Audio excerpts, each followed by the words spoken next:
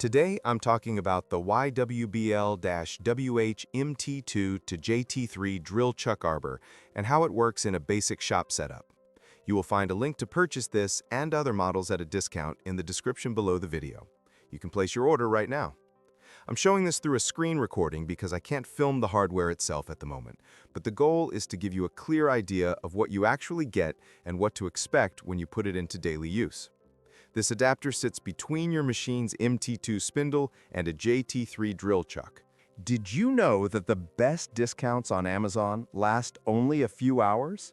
That's why I launched 2 channels where I publish the highest discounts on Amazon products in real time every day.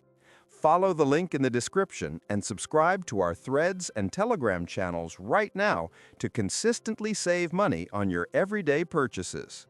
The idea is simple. You drop the tapered end into the spindle, seat it clean, and mount your chuck on the other end. On paper, this should give you a stable connection with enough grip for drilling metal, wood, or plastics. The shape of the taper does most of the work. When it's machined right, it locks in with solid friction. When the machining is off, you feel it right away through small vibrations or a loose fit that pops free under load. The first thing that stands out with this model is the finish. It looks decent, but the actual precision varies.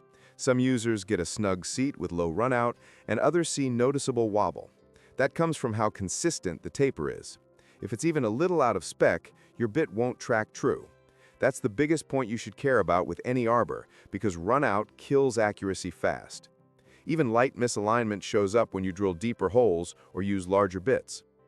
The self-tightening design on the chuck side is straightforward. When the chuck meets the taper, you give it a firm press or tap and it locks in place. If the surfaces are smooth and even, it holds well. If they're rough or mismatched, it may loosen over time. Some people mention that the arbor fits too tight, making it hard to remove without wedges. Others say it seats soft and doesn't stay put.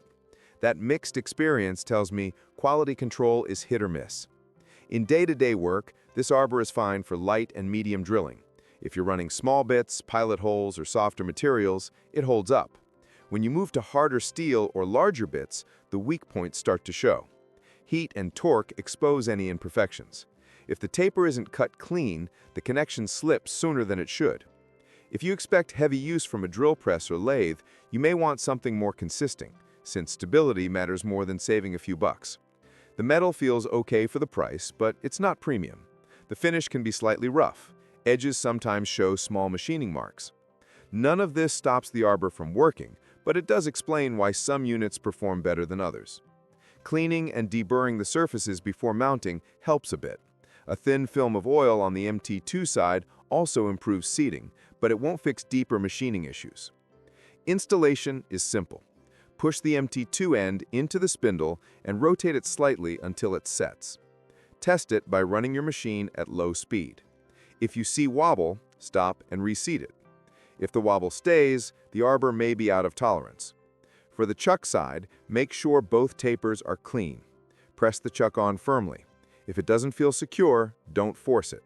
Test everything before loading a bit. One thing people overlook is how an arbor affects safety. A loose taper can throw a bit or chuck. This isn't common, but it's something to keep in mind. If you hear clicking or feel vibration, stop and check the fit. A good arbor should feel solid from the moment it seats.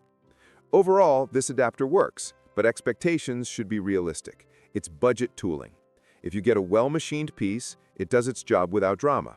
If you get one that's slightly off, you'll see the limits fast. It's usable, but not meant for precision machining or heavy drilling.